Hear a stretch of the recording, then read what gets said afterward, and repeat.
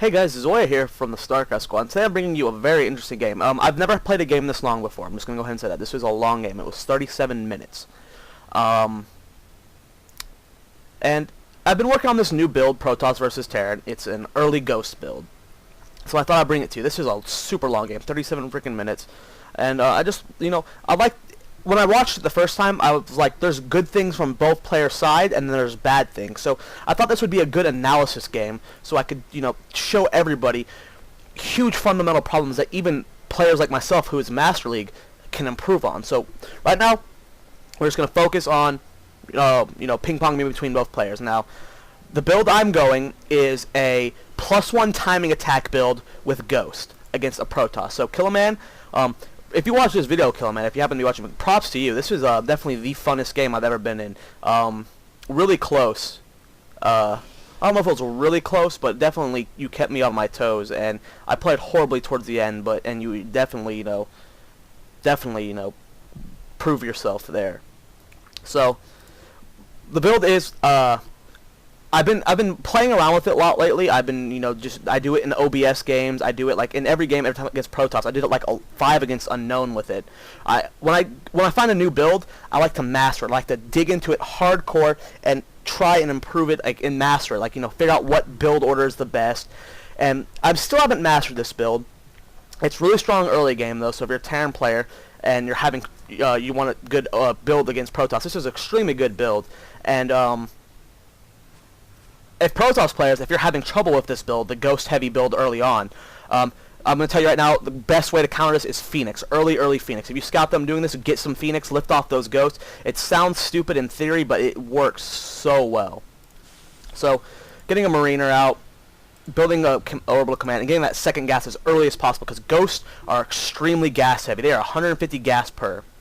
Now, by the time this game ends, I'm pretty sure every base is taken. I don't know if the Protoss player ever took his gold. I never found that out. I don't think he did, though. I think I was getting ready to take it. So, prepare for a pretty epic matchup. This has to be one of the funnest games I've ever played. So, we're going to keep an eye on both players. Right now, he is going, standard gateway opening, getting a second gas early. I have been scouting later and later. I found it recently. I'm starting to scout on 16 food is when I send out my FCV. So, if you ever play me on the ladder, you feel free to cheese me, because I have been scouting later and later and later, just because I feel comfortable not having to scout. Now, second barracks going down, getting that second Marine. I am slightly supply blocked here, so there's a big problem right there, early supply block. And then now we see a 1-gate robo coming from the Protoss player. Now, let me set myself to busy here. As I said earlier, Phoenix is the way to counter this. So as soon as I see this robo, I'm like, okay, I'm in a pretty damn good position. I should be able to take this. Normally with this build, I don't get the +1. I was testing it out with drops. Someone just messaged me. With drops, I usually get the +1 whenever, like on Scrap Station, when I'm going with a drop Ghost build. I get the +1 timing drop. But with the normal build, I just do the 3 racks with the Ghost. But this time I go Engineering Bay, which slows me down quite a bit. So I don't know if you're just going for the straight 3 racks build if the +1 weapon is needed, but getting that early +1 sets you up for later game with the upgrades. So, reactor going down on second barracks. I saw that robo, so I'm going to expect Immortals out, and I see the robo, so I try something here that doesn't really work out, and I'll point out when it happens. But if we go to the income tab, 25 harvesters versus 20, so I've been slipping a little bit. Even though he's got chrono boost, I should still be a little bit closer. And then getting that third barracks and my Ghost Academy. Stim is almost finished. Now this isn't a stim timing push. I don't really do stim timing pushes. I hate early pushes with stim. I just think it's stupid. And here comes the engineering bay, and he's getting that observer out right there. So what I try to do is build a turret right here to stop that engineering bay. Like I'm like, okay, or the scout, so or whatever they're called, observer. There we go. But I see it over here eventually, so I'm like, oh shit, that didn't work. But I don't know if it probably flies right over it, because this is coming really quickly. So. I wanted to prevent him from seeing the Ghost as much as possible. Now turret going down, getting +1 soon. As you see, this engineering bay has really slowed down my production. I'm not even building out of this one. Like, getting that +1 weapon is going to slow me down quite a bit too. So here comes the observer. I guess it's just barely gonna. Oh, okay, it doesn't go towards that way. Damn, I was hoping it would just fly in. So he went straight for the expansion. Probably should have put it by my Ghost Academy to stop from it getting seen. Horrible turret position. So I'm getting the +1 now. So now I'm just, you know, timing my attack around this +1. Now look in his base. He's got the Stalkers, Robo, and now he sees it got Ghost. So he's like, okay, that's not good. Most players don't know how to react to this, though, so I really wasn't fearing the Phoenix, especially since I saw that early Robo. So I'm going to pick off this Observer, and yeah, I'm feeling really good right now. I'm not really worried about what he could have. I expected him to expand, but he does something a little bit different here. He gets a robotics base, so we're seeing one base Colossus, and I don't know if that's the best choice against this. I've never actually experienced it until this game, and we're going to see how well it works against this push, but maybe not a one base Colossus build, we'll have to see. But supply depot going down, and I'm supply blocking myself again, so I'm not really performing that well. In his base, though, income tab shows 36 harvesters to 26, so he's doing a great job at his SEV pro production and not supply blocking himself. Doing an amazing job at that, so good job to him. He moves out of these 2 stalkers, do some scouting, stops my SCV from scouting him. I wanted to see if he got an expansion, but I don't get to see that. And right now, I'm about to have 3 ghosts on the field. I like to push with 3 ghosts because if one of your EMPs doesn't do enough to the sentries, because the point of this build is to stop the sentry's force field to completely eliminate the Guardian Shield. So I'd like to get 3 ghosts, and here comes my first push. Now when I move out with my first push, I don't produce any more units.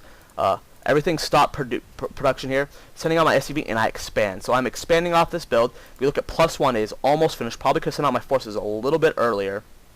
And right now in his base, he's got plenty of Zealots, Stalkers, and Sentries. And he's almost got his first Colossus, so that's pretty good for him. Now, +1's finished now. Expansion going down.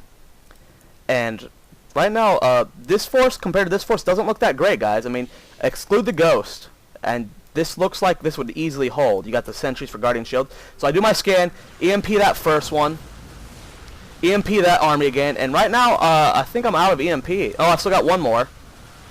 And EMPing again, a little late, but that did a lot of damage, guys. I want to show you, like, for my Terran viewers, how much damage that EMP did. That was a pretty big force he had. You guys saw it. Each EMP drains the energy completely, or force fields of these guys completely. So that was literally like 700-800 damage worth of EMPs. Now, I did fail a little bit with my EMPs. I see as I do get the 3 ghosts for that. But even with the 3 ghosts, I still mess up. So I definitely have to work on my EMP play. But my reaction isn't, okay, let's start teching factory. No. I thought on more barracks. Right now I'm going 6 racks, getting that +1 armor, and I'm expanding. And I know my expansion's quicker than him because I saw how much he had in his base. And I'm not really fearing the counterattack because I killed almost everything in his base. What's he going to do? Push with 3 Stalkers and a Colossus? Now, if he did, he probably would do a lot of damage and might be able to kill me, but I doubt it because that's a long walk across the map. We are cross positions. And I am producing out of 4 racks right now, almost 6. So income tab shows 32 harvesters to 42. So I do openly admit that my worst part of my game is SCV production. I cannot constantly build SCVs to save my life, and then I supply block myself every once in a while. How I'm masters, I don't know. But right now, I'm not really supply blocking myself, but my SCV production could be a lot better. Now, +1 armor is about halfway done in his base. He doesn't have that really big of a force. I do scan. I see that he's got a Nexus outside his base. And right now, we're getting the Temple of Archives. Where are you? Or Twilight Council, excuse me. So, we, going to get some charge, probably.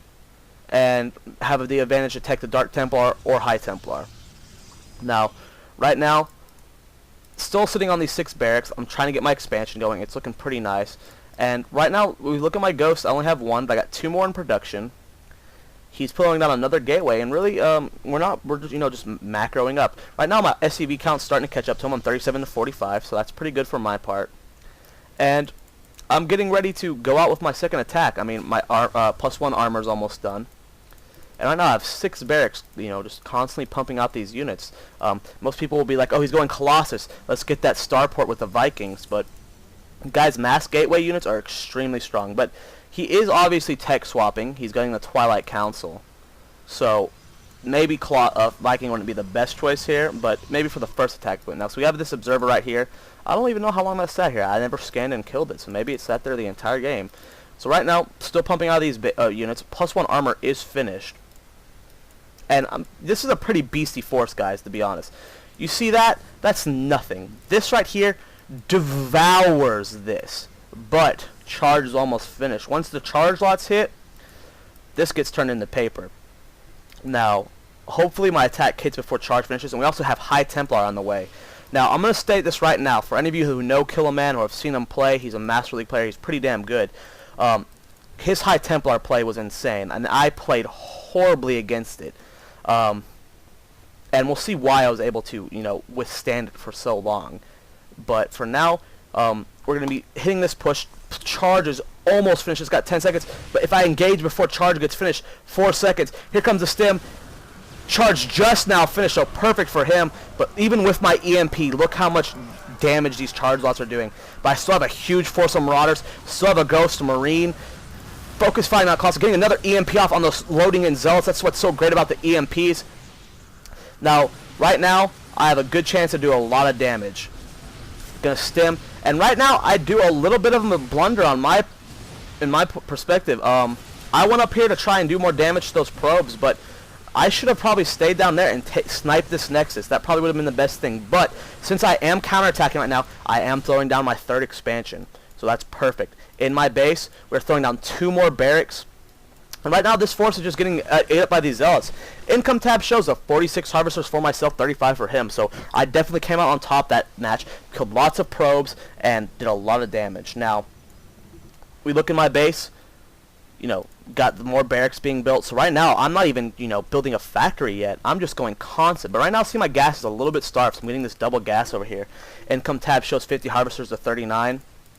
And it's looking great for me. Probably should get combat shield soon, but I'm really gas starved.